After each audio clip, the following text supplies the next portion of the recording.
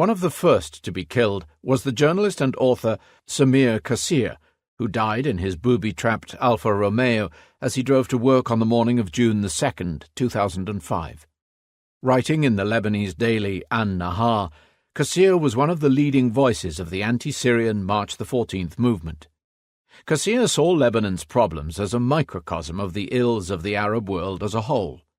Shortly before his death, Kassir had published a remarkable essay exploring what he termed the Arab malaise of the 21st century.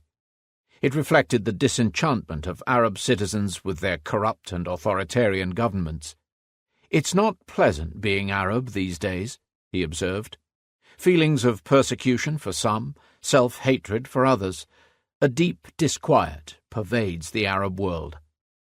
Yet the Arab world hasn't always suffered such a malaise, he continued.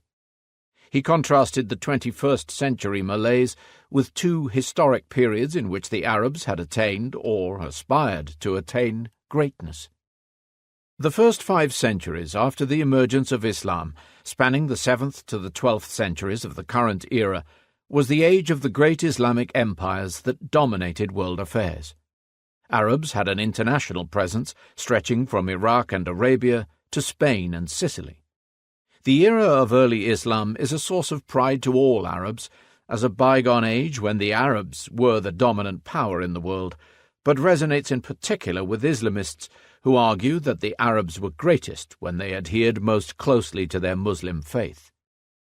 Kassir argued that the second era of Arab greatness, or at least of great expectations, began in the 19th century.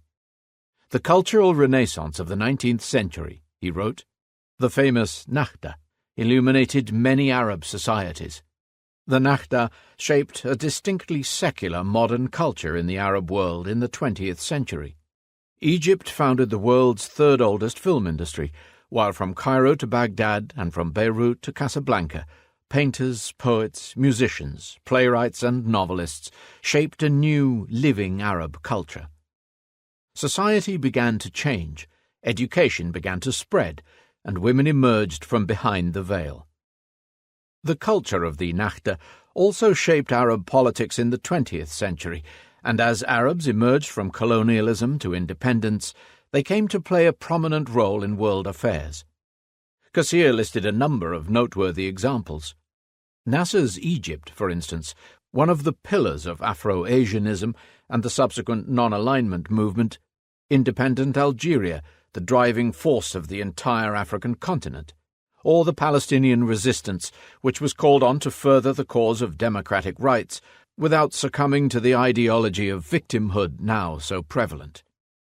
Kassir, himself a secular nationalist, held the modernizing reforms of the 19th and 20th centuries to be more relevant to the present day than the golden age of the first 5 centuries of Islam, and he described the Nakhda as an era when Arabs could look to the future with optimism.